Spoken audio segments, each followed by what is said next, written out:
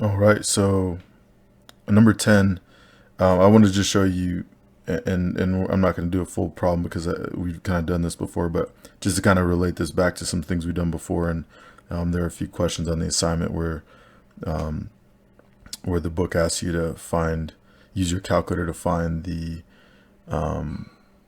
x coordinates at which the maximum minimum occur. Okay, so if you're using your calculator, you would take this and put it in for y1. Okay, so you put it into your y1 menu, so you go to y equals, and you plug that in there, right? Make sure all your plots are turned off. Okay, if they're highlighted, go up to them and push enter, and that'll unselect them. So then after you put the function in there, you're going to push graph, and you'll see the graph. You'll see some type of polynomial, and then you can go second trace, or remember that gets your calculate menu. And then on your calculate menu, this is where we've been a few times, right? We've done number 1 is value. We did that with the scatter plots.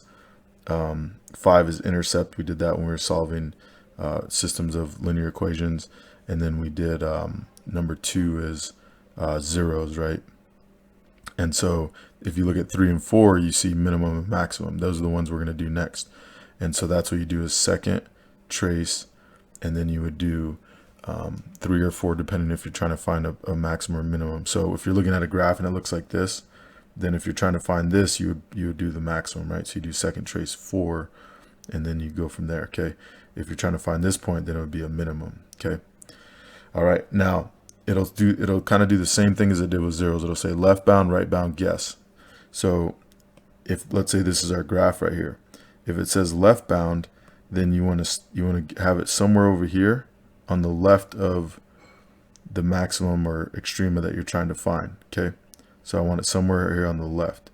When it says right bound, then I want to go somewhere on the right, but I don't want to go too far to where I end up passing another maximum. Okay, so I really want to stay between here. I don't want to go higher than this point because I want the calculator to know this is the highest point that I'm looking for, right? Okay, so left bound, you're going to pick somewhere in here and push enter. Right bound, you're going to push somewhere in here and push enter. And then it's going to say guess, get as close as you can. Doesn't have to be perfect. And then push enter, and then you'll get your x and y values for the maximum or minimum. Okay, so you could do that here for maximum, here for maximum, or you could do the same thing for this minimum down there. All right, so that's how you use your calculator to find the maximum and minimum. Now, another type of question gives you a graph like 11 and 12, and it says estimate the x coordinate of every turning point and determine if those are relative maxima or relative minima. Okay, so here, for example, that's part A. So what I would do is I just put max and then min, and maybe I'll put at, right? So I'll use the at symbol. Okay, so here I have one, looks like about, let's say negative 2 point, maybe negative 2.5, right? Looks like it's close to the middle. So negative 2.5, comma. I have another max here at, maybe about 0.5, 0.5. Okay, minimum, I just have one relative minimum. That's right there at negative 1. Okay, so that's part A. Part B says estimate the x coordinate of every 0. So now I'm looking for the zeros, right? So this one, this one, this one, this one. So I have 4. So zeros. So I have one at negative 3, it looks like, right? One at negative 1.5. One at negative 0.5. And then one at positive 1. So those are our zeros. Okay. Part C says determine the smallest possible degree of the function. Okay.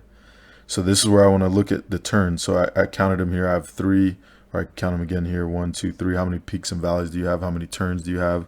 So since I have 3 turns, so 3 turns, that means I'm going to have That means the smallest possible degree would be 4, right? So degree,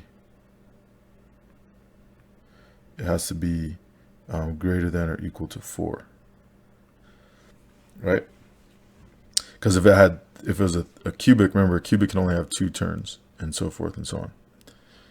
All right, so basically you just add 1, however many turns it is, you just add 1, and that tells you your minimum degree to get min degree.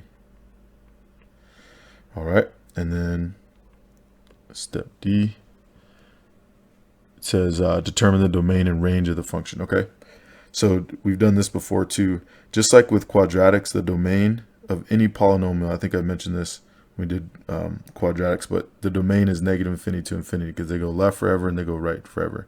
When you have a polynomial, there's nothing you cannot input, right? So the input can be anything. Now the range, that's going to be a little different, right? That one you really have to take a look. So for example, on number 11, I'm going to start with how far it goes down. Well, it goes down forever, so negative infinity. How far does it go up? It does have a maximum, right? An absolute maximum. So it stops at positive 3. So I'm going to put a positive 3 there with a bracket because it actually reaches that. So there's a domain and range for number 11. All right, so that's how it's done. So let's do the same thing with number 12, maybe a little more quickly here. So I'm going to do max at and min at. So these are the x values. So these aren't the actual maximum minimum values. These are the x values when those maxes and mins occur, right?